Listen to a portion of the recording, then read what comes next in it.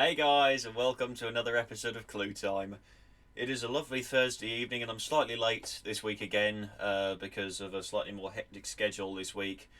So yeah, unfortunately, I'm recording this late, but hopefully, we'll be good as long as I have a visitor tonight.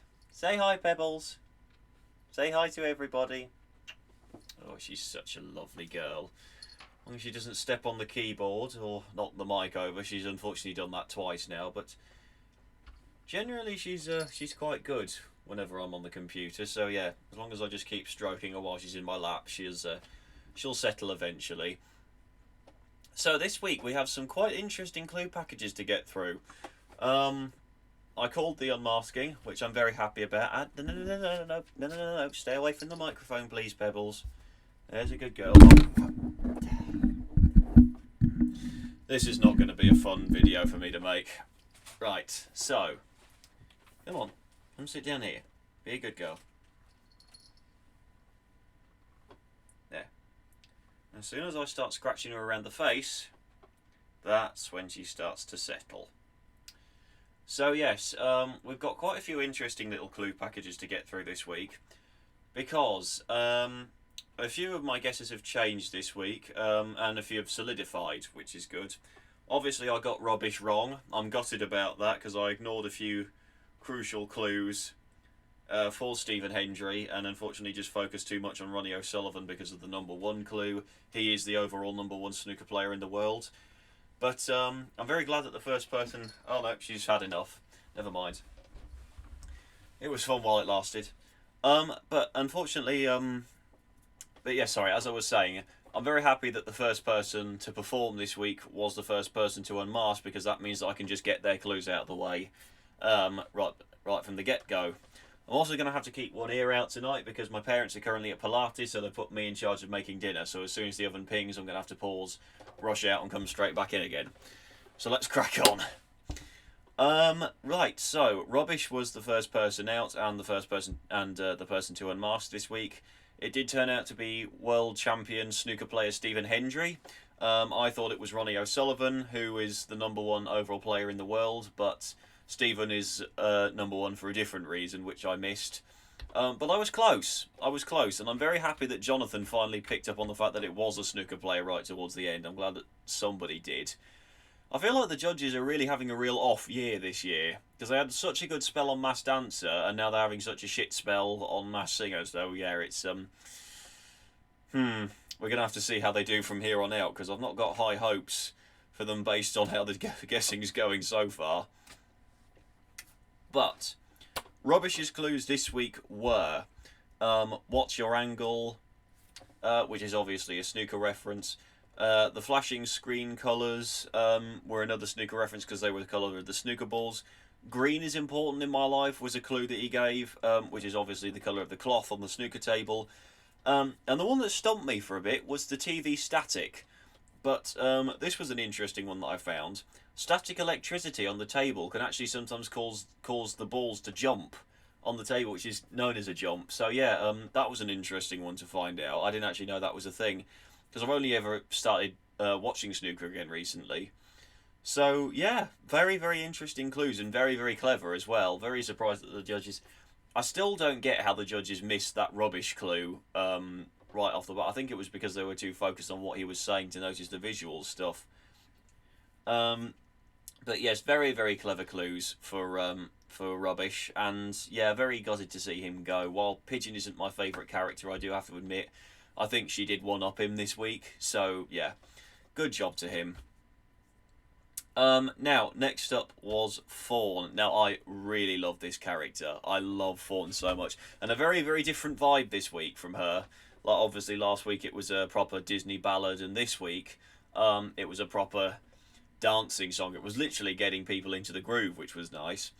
But I still think that this is Natalie Appleton from All Saints. Why? Because nearly every single clue in her clue package was an All Saints song reference. So, the Marmalade on the Scone, they have a song called Lady Marmalade, which is obviously a remake of Patti LaBelle's song Lady Marmalade. Very, very good song. I just want to point out, though, for the love of God, whoever you are, never put marmalade on a scone. You will be considered a psychopath in every single part of this country. Just wanted to get that out there. And I didn't actually realise this at first, but when I was looking through their song list for clues, I completely missed this, because in her first ever clue package, they said, "Do you want tea or coffee, Fawn?" And she said, "Black, 5 sugars." And I was just focusing on the 5 sugars bit, because obviously that's the girl band reference. But All Saints actually have a song called Black Coffee. So I was kicking myself when I read that one. The bowling pin, All Saints have a song called One Strike. She was talking about trophies. All Saints have won several Brit Awards and various other award shows as well. I think that included the MTVs. A couple of others as well that I saw, but I can't remember. I'll have to look that up later and refresh my memory. Now, the audience went for the second clue or false clue. But actually, I think that's the wrong clue. I think the first one, which referenced the movies, was the correct one, because Natalie Appleton has starred in films. All Saints have their own film. I don't know whether it's like a documentary film or whether it's like Spice World or not. But another one that she was in was a black crime comedy drama called Honest. So I think that's a reference. That's where that reference comes from. But yes, those are all the clues for Natalie Appleton that I think I need this week. It's really starting to solidify my guess. Rhino. This has to be Charlie Simpson. I absolutely love this character. And while I love Jellyfish, I really want Rhino to win this series, because obviously Amber Riley has already won over in the US. So if she won this one, I think that would be a little bit unfair to some of the other singers that have come on. So yeah. But we'll just have to see how it turns out. So yeah, this has to be Charlie Simpson. This is definitely I really hope that he brings a different song, though, because I feel like the 2 songs that he's sung so far have both been on the same sort of tempo and the same kind of vibe. So I really hope he brings something a little bit different next week. Otherwise, I'm a bit worried that he might fall out of favour with the public. But, you know, we don't know where this is going to go. Now, the first clue that I saw was patience. He said, "As a rhino, I like to encourage patience." Now, I don't know if he's collaborated with Take That or not, because obviously Busted don't have a song that's called Patience, but Take That do. Or it could be a reference about how Charlie Simpson had to postpone his album release and the tour of his new album because he was going to release it in 2020, and then obviously COVID hit and he couldn't go on tour. So we're just going to have to see how that goes. The second one was the signpost. Now, I was focusing too much on the distance at first, but then I checked again and I saw that it said Home on it, and Busted have a song called Coming Home. Now, I would know that, but unfortunately I'm not a Busted fan, so this is a harder guess for me. He also said, "I've been in a hurry to get somewhere." I wonder if that could be a clue to Crash the Wedding. Which is, I've never actually heard the song, and you guys are probably going to kill me for that. But again, not a Busted fan. I've heard Year 3000. I know that song. New York, that was a clue. Busted have a song called New York. Again, so many song references that the judges are missing. It's killing me that they're missing all these song references. It's terrible. Now, this was the clincher. I do think the audience got his clue or false song, his clue or false clue right. Why is my camera going out of focus? That's better. Rumour has it that I once turned down a highfalutin offer. And I did have a quick look at this to see whether this was true or clue. While I was watching the episode, and I found that Busted were approached for the record deal by Mr. Simon Cowell, and they turned him down. Hey, I'm quite proud of them for doing that, because honestly, while Simon Cowell has created big stars, he's had X Factor, he's had Britain's Got Talent, blah blah blah, all of that, a lot of the stars that he has hired have not had the best things to say about him. So yeah, I can understand why Busted obviously turned him down, and they went with Universal Records instead. So I definitely think that this is Charlie Simpson. And if it is if it is, and Joel does know that that's him, then good on you, Joel. Because I do think that Joel has got people eventually in the past, but he hasn't said. But the fact that he knows who this is definitely is solidifying that this. Because Jonathan did say James Arthur, which has been a popular guess for people, but I don't think that Joel would be a massive fan of him because he's only been in the biz for like 2 years. So yeah, I reckon that Joel does know that that's Charlie. Now, Pigeon. This is where I'm struggling the most because I have clues that link into Gemma Collins, Vanessa Feltz, and Emily Atack. And it's so hard to find one that just streamlines it all. A lot of people online are saying Gemma Collins, but as they were saying on the show, Emily Atack does do a very, very good Gemma Collins impression, and there are clues that link up to both of them. Specifically the vegetables clues.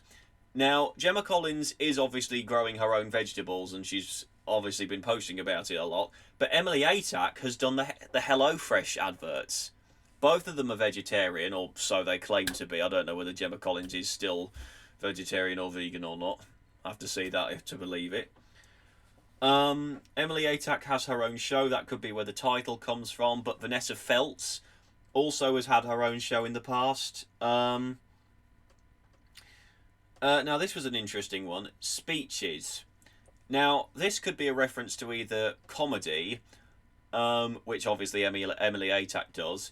Gemma Collins has given speeches at the Oxford Union, but I don't think that necessarily ties in with this because it was all about speaking from a young age. So that ties in more with Emily Atack and Vanessa Feltz because they will have started in comedy or journalism and presenting young. And I know that Vanessa Feltz got her start in journalism at quite a young age. So I don't know what that's a reference to. The top 10 clue, that doesn't link to Emily Atack, but it does to Gemma and Vanessa. Gemma did her own rendition of Baby It's Cold Outside, which went to the top 10 in its first day, which really surprised me, considering how I'm hearing this pigeon sing right now. But that might be because they're leaning too heavily into the accent to throw the judges off. But Vanessa Feltz was, at one point, in the top 10 highest paid on-air talents, and she was one of 3 women. Just shows where our country still is these days, or back then.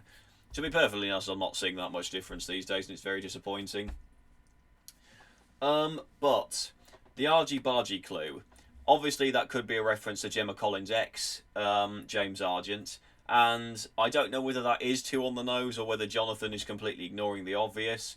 But yeah, I feel like these days the UK judges are really trying to think too far outside the box and they're ignoring the obvious clues, which is a bit worrying considering how good they've been in the past. But yeah, I think hopefully if this series knocks them off the stool of looking too far outside the box, that might sort of get them back on track again for the next series of Masked Dancer. Oh god, I don't know. I don't know. We'll just have to see how it turns out. Now, finally we had Jacket Potato. Now, I really like Jacket Potato. I don't know how other people feel about him, considering that he was in the bottom 2 this week, but we'll just have to see where we go. I am convinced now that this is Richie Sambora from Bon Jovi, because again, there's been several references to his career and his time with Bon Jovi. So we'll just so I'll go through the clues. Whoops, just chuck one of my headphones away.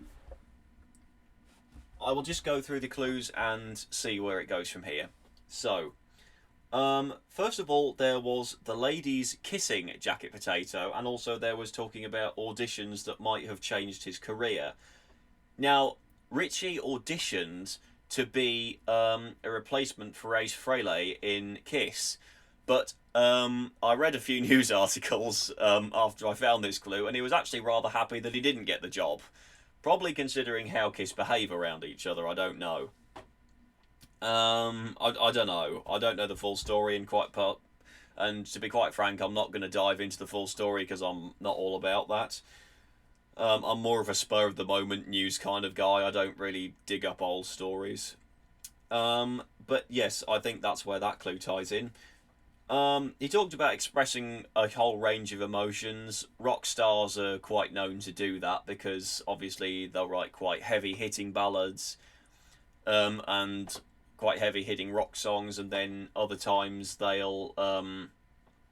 might go slightly calmer and do other types of rock songs, like slightly smoother ones.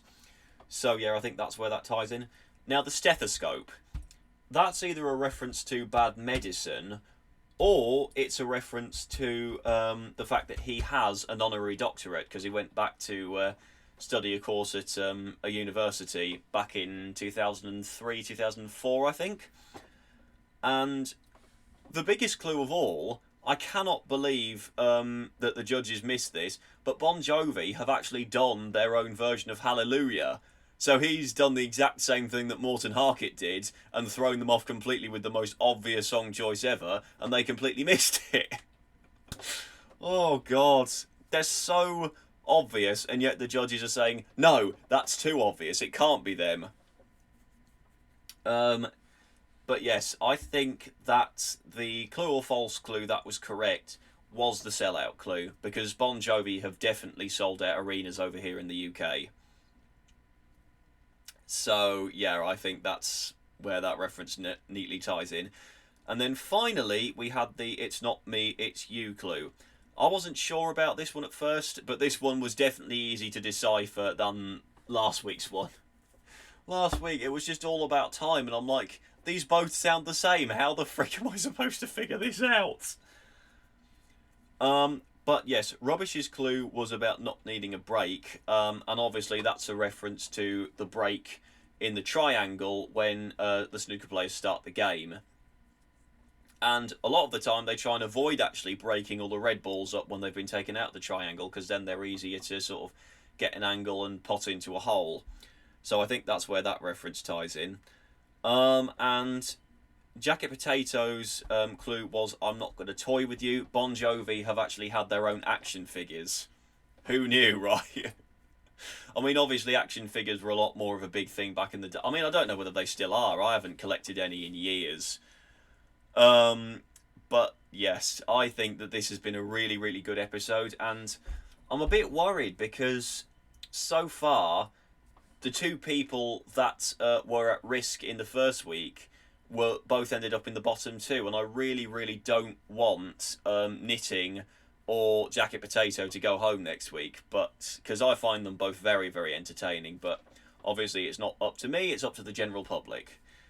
So yeah, we'll just have to see where we go from here. But I like both of them; they've got a very, very nice feel and vibe about them. So yeah, we'll just have to see where we go. But yeah, that was week 2. I've laid out my guesses. I hope you guys can leave your guesses in the comments below this video, because I would love to hear what you guys think, whether you agree with my opinion, whether you disagree, because I think a few of my guesses could be quite questionable pertaining to a couple of certain characters. But I'm going to have to cut off now because I can hear the oven going. I have timed this very, very well, and now I have to go put the cheese on the pasta bake. So yes, thanks a lot for tuning in, everybody, and I will see you all on Saturday for episode 5.